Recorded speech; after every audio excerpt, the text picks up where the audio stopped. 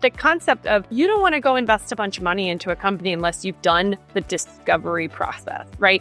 You need to have a very good business model and a lot of feedback. So some people are like, well, I have my idea and it sounds really good in my head, and then they get going forward with it. Right. And what I always want to encourage physician founders is you need thousands of people's feedback to take that and iterate on that and to really get to the core of what can make this a successful business.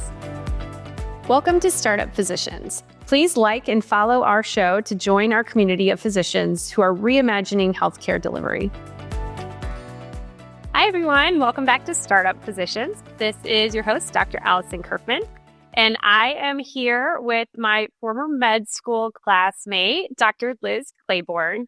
She is the CEO and founder of a company called Nasaclip, and I have been excited about this conversation because I've been following her journey over the past decade or so, and I think that it's going to be really interesting for those of us who want to hear a little bit more about what it takes to start a device company, and then also just some things about the journey of being a physician founder. So, Liz, thank you so much for joining me today. Absolutely, Allison. I'm so excited to be here. Who knew we'd be able to do this?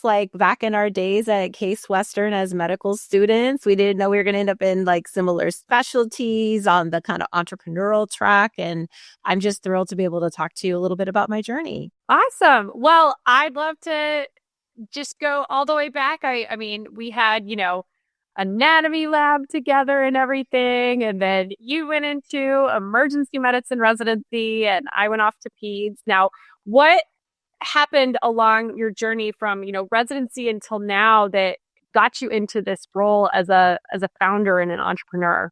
Yeah, so it was definitely not according to plan. When I was at Case Western, I did a dual degree and had got a master's in bioethics, if you remember, while I was in med school. So I had a really heavy focus on health policy, ethics, and particularly end of life care. And so I went to George Washington for residency, primarily because I wanted to be in the DC area and have this heavy focus on health policy. And I wanted to be at our nation's capital. So that was my plan. I was going to do academic emergency medicine, kind of go after the things that I was passionate about from training and having this background in ethics. And then in my fourth year of residency, I started noticing how many people came into the ER for nosebleeds. We actually see about 500,000 ER visits a year for nosebleeds. It's about 0.5% of visits. So 1 in 200 people walking into an ER is for a nosebleed. And I just was like, why? Why would you come to an ER for such a simple problem? And so for, us as ER docs, maybe it seems simple, but we find that patients tend to really mismanage this. They almost do the opposite of what they're supposed to do. So they'll put their head backwards instead of forwards. They pinch up here in their nasal bridge, not over the flare of their nostrils, and they don't hold constant pressure. And then nosebleeds are really common in younger kids, 2 to 10, older adults, 55 to 80, who might be on blood thinners. So really, it's the least likely population to manage that problem well. So I think they panic because they're doing the wrong things. The bleeding doesn't stop, and they show up to the ER, and then they think they're going to be seen right away because they're bleeding. And then, just because you're bleeding does not mean you're going to be seen right away, right? Yeah. This is still an ESI, 4 or 5. It's a lower acuity problem, but it was very time consuming and frustrating for the entire team to deal with. And so in my head as a resident, I was like, there has to be a better solution than taping together 2 tongue depressors, which is what I was taught to do in residency. So I started thinking about it. And you probably only knew about this being a big enough problem because of your day-to-day work as a clinician.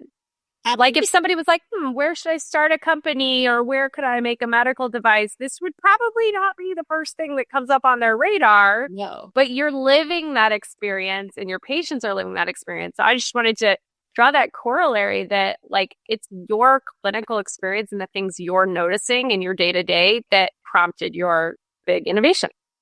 Absolutely. And a lot of times physicians don't understand things that they're seeing on a daily basis are not common knowledge, or people are always shocked when I say 500,000 ER visits a year, because it would not occur to anybody who's not in emergency medicine in particular that it's that common. But if you talk to any ER doctor, oh yes, we deal with nosebleeds a lot.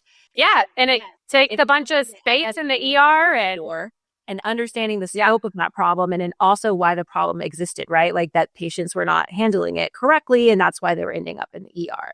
And so I had an idea in my head about how we could better design a device that provided external nasal compression and then intranasal sponges that could be medicated, because I knew the mainstay of treating a nosebleed was to apply pressure over your ala, your nasal flare, which puts internal pressure over Kesselbeck's plexus, and that you needed to get a vasoconstrictor like Afrin or oxymetazoline spray up there. But I would be better if it like stayed on the area that is bleeding. So I started to just percolate with this idea. And honestly, in the very beginning, all I did was kind of sketch out a few ideas of what it looked like and file for some patents, which is like one of the first steps I always tell anybody who's interested in like creating innovation that's a physical device is you have to make sure you have a unique device. So you do need to do like a patent search, but then you also need to start protecting it really early on, because as you start talking about it, you're opening up that idea to other folks. And in the very beginning of starting a company, it's a medical device, your intellectual property might be your most important asset. So I did that, and I did a business plan competition as a resident, which was really foreign to me because I had no business background. I didn't even take business courses in undergrad. So this was all kind of something that I had to learn along the way. And fortunately, I had a mentor at my residency program, Dr. Neil Sicca, who was like very helpful in directing me to the GW Innovation Center, where they had the business plan competition, put me in touch with some resources, and then encouraged me to go ahead and apply to this competition, which we actually were finalists in. So I really kind of just jumped in the beginning. Were they the ones that told you to get a patent, or you did that before you did the Okay. So actually, I'm gonna go back a minute, because like you just said that, like, oh, and then you get a patent, like that's probably a more involved process than just like, how did you know what to do? Yeah. So one of the things that you'll learn if you start kind of involving yourself in the ecosystem of whatever institution you're a part of, and these exist on like local, state, and national levels. And then definitely if you're attached to an academic center, they're going to have something that is really focused on innovation, entrepreneurship, and specifically life science, like type of technology. So when I first came with the idea of Nasaclip and I got introduced to this ecosystem, they wanted me to apply to the business plan competition. I went through the curriculum, but then we were going to pitch publicly, and they were the ones who were like, if you publicly come around this and show any images, you have to have something filed before you do that, because then you're opening up the idea to the public. And so before you take that step, you need to file the patent. So that was the information that I, gleaned from kind of making sure I started seeping myself in this ecosystem of entrepreneurship, because I did at least know what I didn't know, right? Which was a lot. Yep. And that's a very, I use that phrase all the time. And that's a very emergency medicine thing to say, is that like, well, I know what I don't know. And because we teach residents that, we're like, to be a safe ER doctor, you need to know what you know and what you don't know. And what we do really well is call the right people to get support when there's a problem that needs something specific outside of our specialty. And I feel so much of that is translatable to entrepreneurship. Like, well, I don't know how to get a patent, but I know I need one. So I'm going to go like do some research, find some people, hire a lawyer, whatever you need to do. And just keep, going down that pathway until you get it done. Right. And then there's a whole, also an understanding of what happens with intellectual property when you're attached to an academic center that I didn't know either. So I was a resident at the time, and because residents are paid through Medicare, they are not employees of the university. So the university did not have rights to my IP, which turned out to be a big advantage for me, because then I was able to assign all of my IP to the company that we formed for the purpose really of getting the patents done. And that was a really strategic step. If you are faculty, you should also understand what are the implications for your university having access and rights to your IP. It is not necessarily bad, because sometimes then they will give you additional resources to develop that technology, which I didn't necessarily have access to. And so I had to definitely decide later on when I was going to start fundraising in order to take what was really just an idea in my head and bring it to fruition. But that first step was definitely patents. Yeah. And like you said, academic institutions, most academic institutions will have something for, innovation or entrepreneurship or creating new things. If you're not at an academic institution, there's still a lot of resources. You just don't know about them. You've not ever looked for them. And so like when I was getting started, My co-founder, when we were first figuring out our idea, she was like, well, we should pitch to the local startup accelerator. And I was like, what's a startup accelerator? Like, I was like, I don't even know what that is, but they were just in the street, And we went on the website, we set up a meeting, we came and talked to them about our idea, and we ended up getting enrolled in a coaching program with them. And when they like walked us through their facility or whatever, like they had people doing bench research, they had people doing, all sorts of different things. And they have different structures of how they, support founders, but these exist like all over the place. And a lot of them are nonprofits. But the two things you said that I think were really key are to find some of the resources in your area or that you're already technically connected to and just learn more about them. And then two, check your contract because again, yes, if you're employed by an organization, there may be some implication if you're trying to develop a new company that's got IP. I say the same thing for people who are looking to become consultants because sometimes people have things in their employment contracts that say that it has to like go through their organization. So good points. So then what happened? So the other early resource I tapped into, and this is something that anyone can do because it's not necessarily always attached to an academic institution, is I was directed through the GW Innovation Center to look at the National Science Foundation, I-Corps. And the I-Corps, the Innovation Corps, has both local as well as national programs, and I did both. And the whole point of I-Corps really is to feed SBIR and STTR grant programs, which are government grants for technology like what Nasaclip was going to be. And so what I really liked about participating in that early is they have a heavy focus on understanding product market fit through customer discovery. So they would have us go out and do a lot of interviews. Like I had a solution to nosebleeds, right? I knew what the ecosystem looked like in the ER and maybe the hospital system, but I wanted to know, what does the layperson do for nosebleeds? Why do they do that? Who told them to do that? Like, where are they getting their information from? What is the current solution on the market? And then would they respond positively to this new technology? And most importantly, pay for it. So it really kind of delved me into understanding that and then understanding my customer. And then they're also heavy on having a business model canvas. So this is where I really started learning about all the different things that would make a successful business, because it's not just about having a good idea. You have to be able to put that good idea into motion and understand how to get it there. Where's your beachhead market? What's your most important consumer channel look like? Why? How are you going to get there? And then you also really have to understand your regulatory path, particularly in medical device, because that will set up how much money you have to raise. For us, I wanted the device to be medicated, and initially had decided I just wanted to come out pre-medicated. But then when I learned that would push it into a class 2 combination device, we actually decided to introduce it to the market unmedicated, because now it's a class 1 510K exempt device, and it allowed me to get to market much faster. And then physicians and people can add medication after the fact. And now we're looking at other iterations. So I highly recommend looking for resources like the I-Corps. It also does come with some grant funding. And then more importantly, it will introduce you to this whole ecosystem of people who can make the connections, teach you, give you the resources so you can take the next steps in your journey. Because you need so much feedback at that stage. Like yes, protect your IP. Like for my case, it was like we had pre-NDA materials. We had to let people know like, hey, this is like sort of what we're planning on doing, and they need to be interested or not. And then you get an NDA in place. You're going to really talk, like for our IP, it was more of our model and our contracting model and our tech. But for you, it was protecting your IP with patents. So making sure you're set there, and then going out, and you said the word discovery. This is something I tell physician founders, like they absolutely have to do, because we are sometimes colored by our own perspective that we're like, oh, this is definitely going to work because it's going to help all these patients.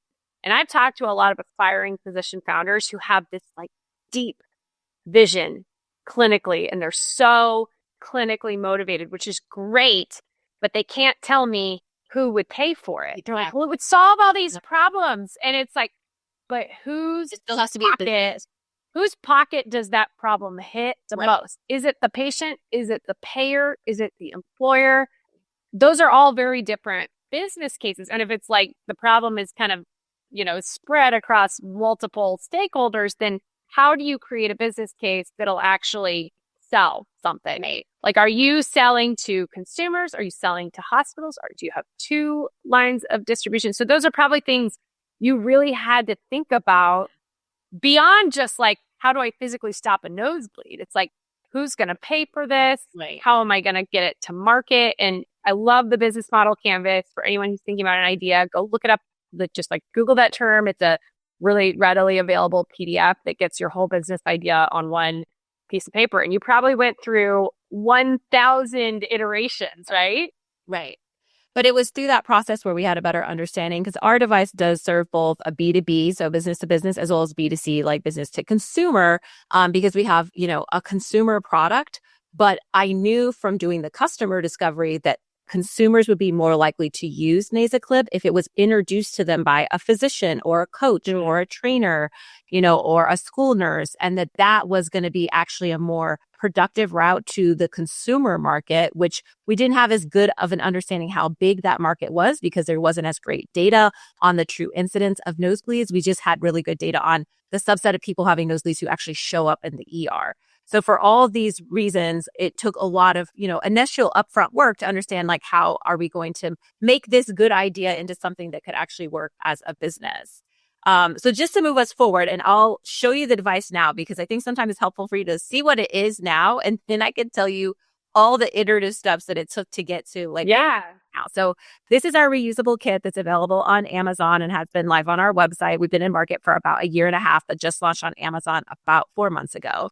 And it comes in a reusable kit for a consumer, but it also comes in individual packs like this for the hospital space. So these are blister packages. And we have both adult as well as pediatric sizes. So 2 to 13 for kids and then 14 plus for adults. People always ask me why. And it's because once you're 14, you basically have an adult sized nose, which comes out of the plastic surgery research. So there are all those things we had to do. So that's interesting. Initially, I had seen kayakers wear a clip called a kayak clip. And they used it to prevent water from going up their nose when they were flipping round and round. And so when I first had an idea, I was like, I kind of think it should look like that, but then it needs to have the sponges on it. And you need to be able to open and then adjust how tight it goes on the nose so that you can make it tight so it's not bleeding, but it's not so tight that it's uncomfortable. So I had ideas in the beginning, but we had to go through lots of iterations to get to where we are today. So this is what the device currently looks like. It has a medical grade open cell sponge, which is designed to carry a medication like Afrin spray or oxymetazoline. It's very helpful to use those in the setting of nosebleeds. But as you know, when the nose is bleeding, it's hard to get anything up the nose. So we typically are shoving, it in gauze or on a tampon or a nasal tamponade device. So the whole idea is that this would be a more comfortable and effective way to deliver the medicine over Kesselbeck's plexus. The device also works without medication because the mainstay of treating nosebleeds is actually pressure. So for situations that might be like school nurses or coaches or places where people don't have meds, it still works well. It's just that it's very helpful if you can have the medication. And you basically just simply clear your nose of clot. You insert the nasal sponges, rotate this into place, and then squeeze shut.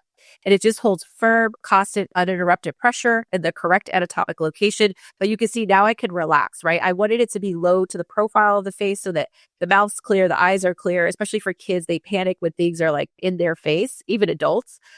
It was COVID times about the time we were developing this, so I needed it to be maskable. And then I wanted it to be something that felt comfortable, so that they would tolerate it and keep it on and not like actually take it off so it would solve their problem. So you leave this in place for about 10 to 20 minutes and then you simply release and check for bleeding. It can be rinsed and reinserted if they're still oozing 2 to 3 times. And then when we're done, it disassembles, the sponges come off. And in our reusable kit, you can actually get sponge refills or buy the sponge refills on our own. In the ER hospital space, we actually send them home with a to-go device or the clip itself so that they don't bounce back, which is a big issue that we deal with in emergency medicine. And so I really consider this to be kind of like the, Band-Aid of nosebleeds or an effective first-line nosebleed rescue. So you don't have to go to more painful and invasive interventions like cautery or packing or all the other bad things that we have to do to people when we don't have a successful first attempt with these less invasive interventions. So that is what currently exists. That's so cool. What year did you first make the first prototype? So I mentioned that I thought about the device when I was in residency. So that was 2015, and then did, the business plan competition, ICOR, but it was on the back burner for about 5 years. So that's another thing I can talk about as far as like what it takes to actually make it happen. So, I got busy. I got married. I had 2 kids. I joined, faculty at University of Maryland. Life was lifing. So I was doing that, and I really didn't do much with the company between 2015 and 2020. And then in 2020, which I talk about a lot, because the other thing I'm very conscious of when you're talking about physician innovation and entrepreneurship is that it is always a busy time. But like in 2020, I was pregnant with my second kid right before the pandemic hit. I was at the start. Me too. Fourth. Yep. It was a very challenging time. And I, for some reason, decided, hey, this is when I'm going to start working on this time again. So I did an accelerator program in the summer of 2020, right after I delivered my daughter in May. I like breastfed her through this program because it was virtual. And that was the first time I got a little bit of capital. And then in that next year from 2020 to 2021, I really started fundraising. So we got our initial prototypes going around 2021 to 2022 when I was in the process of raising my first $1 million in capital.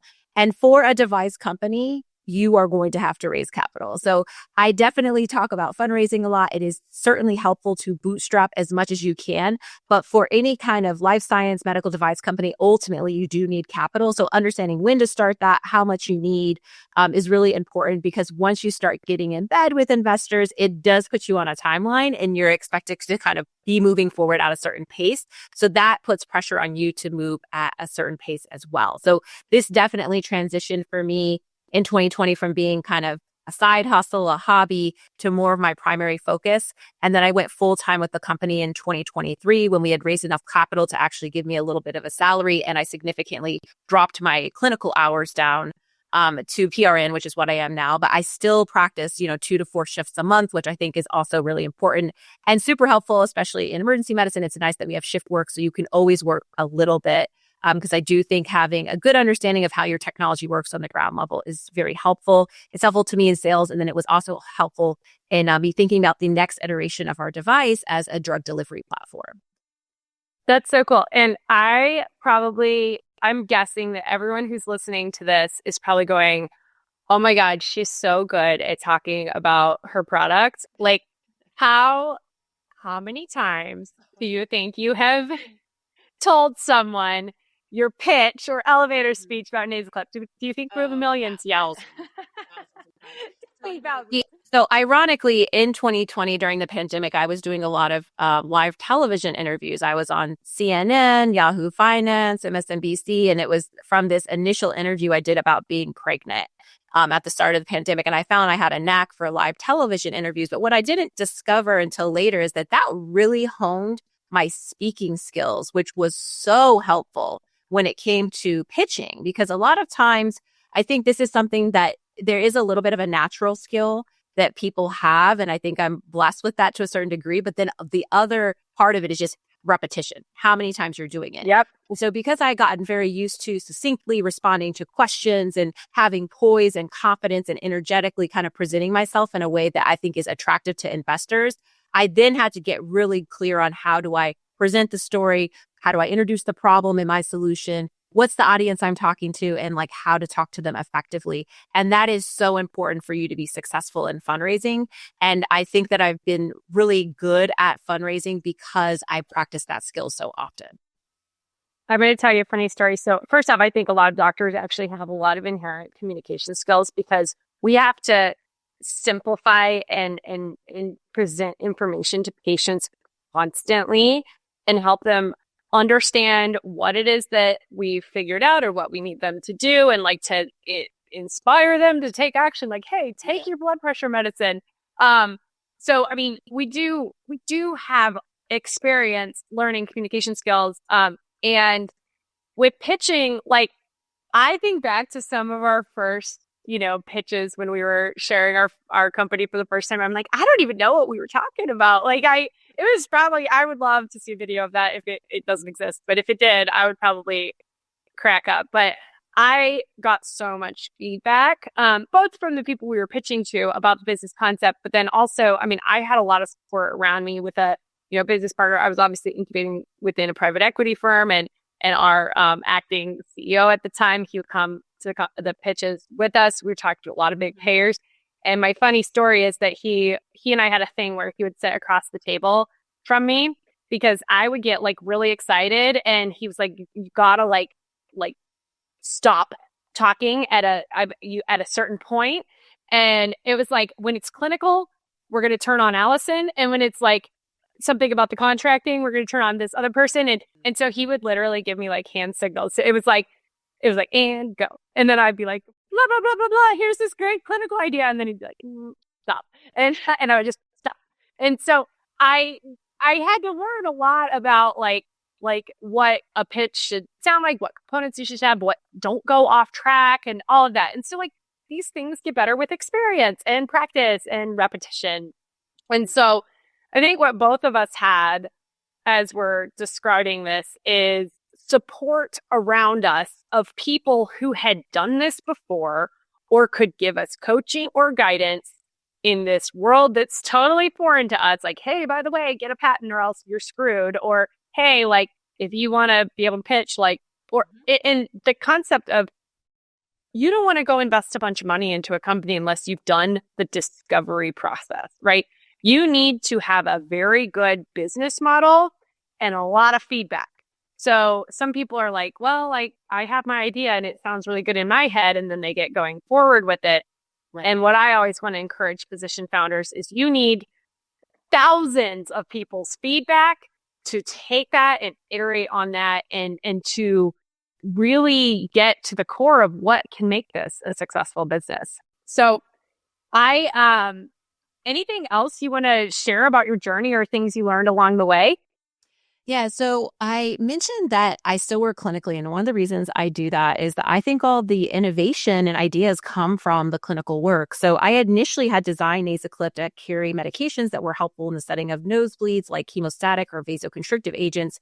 But I also, when I was working, thought this might just be a great way to better deploy any intranasal drug.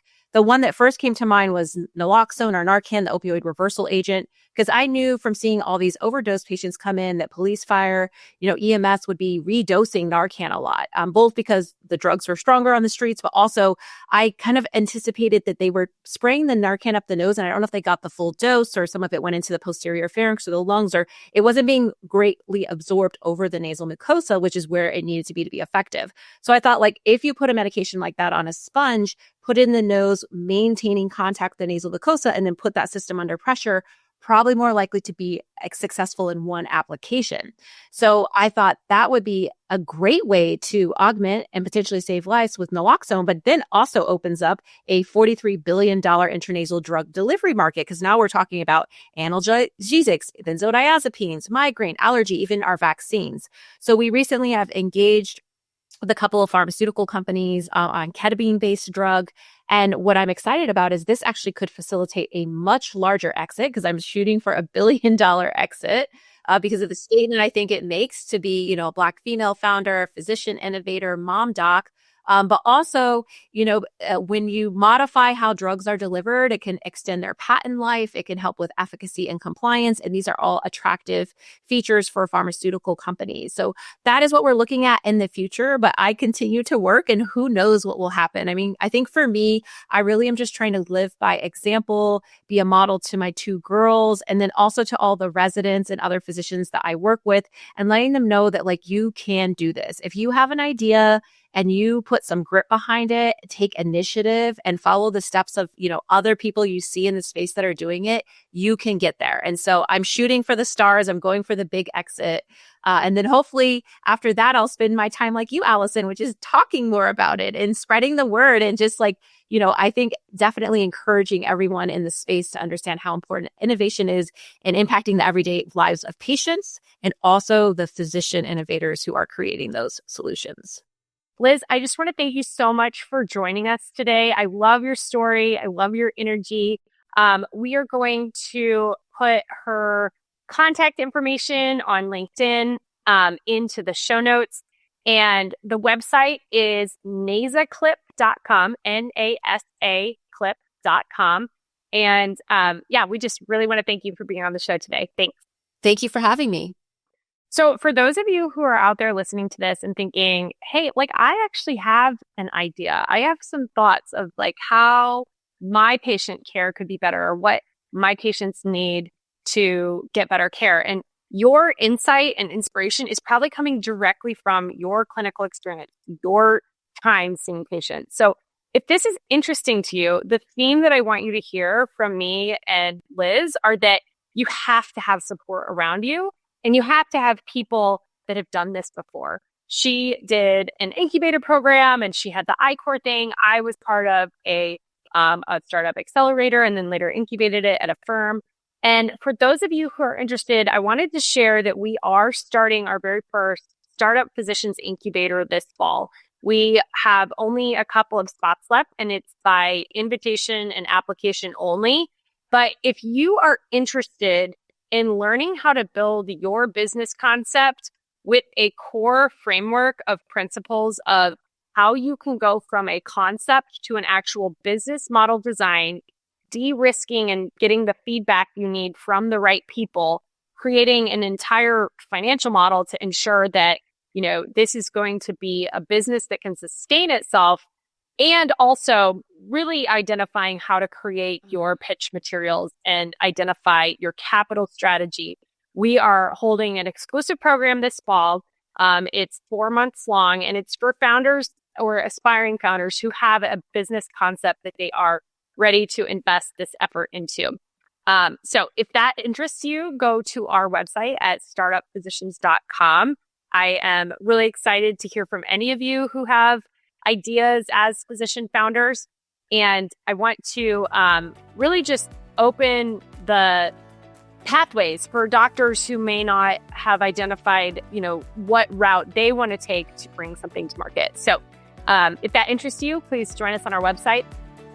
Thank you for listening to Startup Physicians. Don't forget to like, follow, and share.